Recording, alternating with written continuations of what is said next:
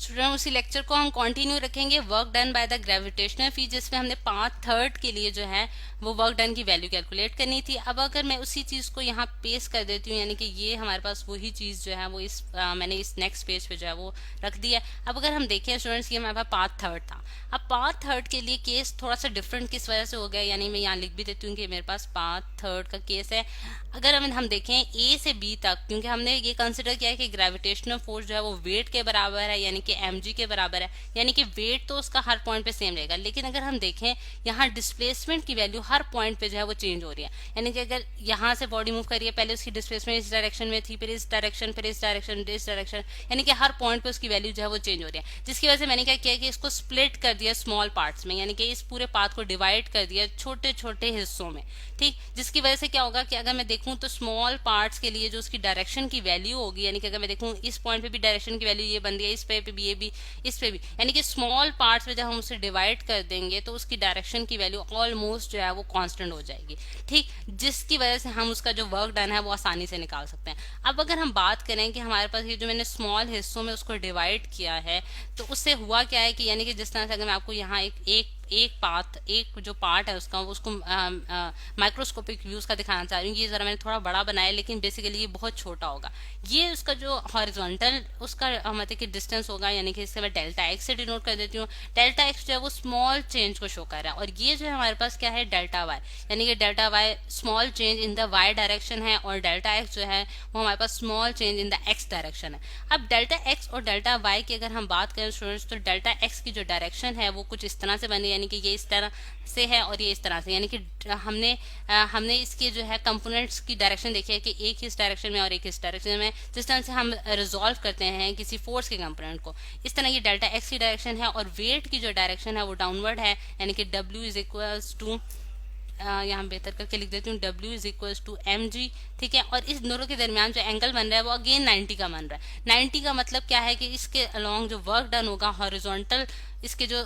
Components होंगे वो contribute नहीं करेंगे, क्योंकि उनके दरमियान जो वर्क डन की वैल्यू होगी क्या हो जाएगी, 0 हो जाएगी। क्योंकि हमें पता है जब थीटा का एंगल जो है जब 90 हो तो हमारे पास वर्क डन क्या हो जाता है, 0 हो जाता है। इसका मतलब ये हुआ स्टूडेंट्स कि हमारे पास सिर्फ जो इसके वर्टिकल कंपोनेंट्स हैं, यानी कि ये जो हमने सारी इसकी स्प्लिटिंग्स की हैं उसमें से वर्टिकल कंपोनेंट्स जो हैं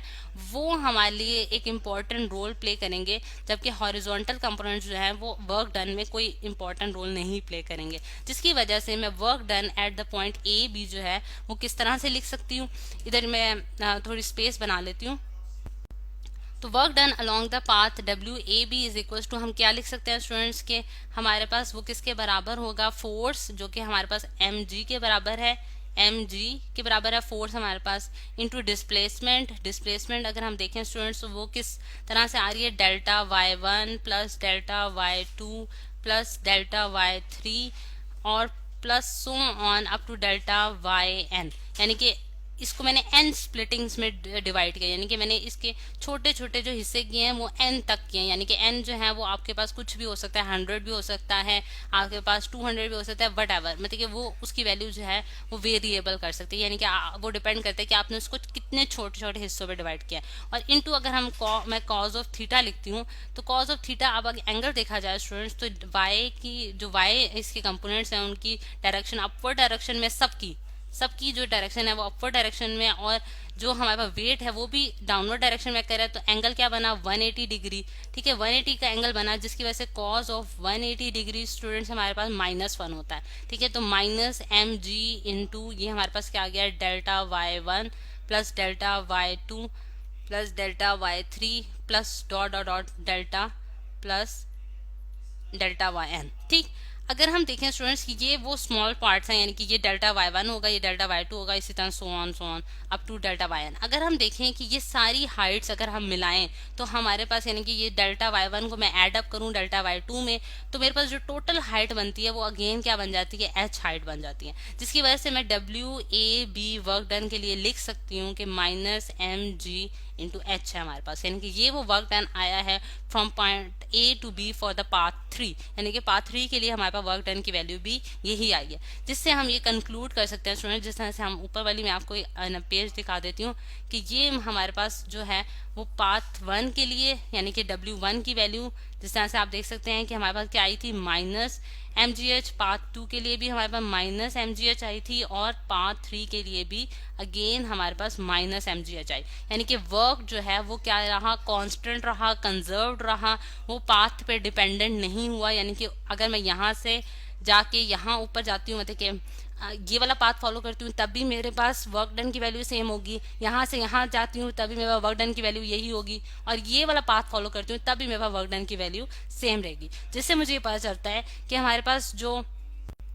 पास जो work done in the earth gravitational field है, यानी कि अर्थ के अराउंड जो हमारे पास ग्रेविटेशनल फील्ड है स्टूडेंट्स, वो इंडिपेंडेंट ऑफ द पाथ है। ठीक है, यानी कि वो पाथ पे डिपेंड नहीं करती। हम कोई भी पाथ फॉलो करेंगे उसकी जो वैल्यू होगी यानी कि वर्क डन, हम उसके अगेंस्ट जो भी वर्क डन करेंगे वो इंडिपेंडेंट ऑफ द पाथ होगा। यानी कि इंडिपेंडेंट का क्या मतलब है कि उसके ऊपर उसकी कोई डिपेंडेंस नहीं है। ठीक है, इंडिपेंडेंट ऑफ पाथ। और ऐसी फील्ड्स यानी कि ऐसी फोर्सेस भी आप कह सकते हैं या फिर ऐसी फील्ड भी आप कह सकते हैं। ठीक है, ऐसी फील्ड्स को हम क्या कहते हैं कि ये हमारे पास कौन सी कहलाती हैं स्टूडेंट्स, ये हमारे पास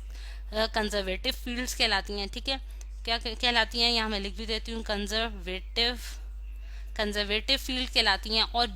जो हमारे पास फोर्सेस या फिर फील्ड्स जो कि पाथ को फॉलो करती हैं यानी कि जिनकी वजह से पाथ डिपेंडेंट होती हैं, ठीक है, तो वो हमारे पास क्या कहलाएंगी, इसका ऑपोजिट यानी कि नॉन कंजर्वेटिव फील्ड्स कहलाएंगी। और ये जो फील्ड्स हैं ये हमारे पास कंजर्वेटिव फील्ड कहलाएंगे। तो स्टूडेंट्स ये हमने आज स्टडी किया है हमारे पास कि work done by the gravitational field होता क्या है, और फिर उसकी कैलकुलेशन करते हैं, और फिर उससे हमने आखिर में ये कंक्लूजन निकाला है कि वो इंडिपेंडेंट ऑफ द पाथ है। इस वजह से हमने उसको नाम दिया है कि ये हमारे पास कंजर्वेटिव फील्ड है।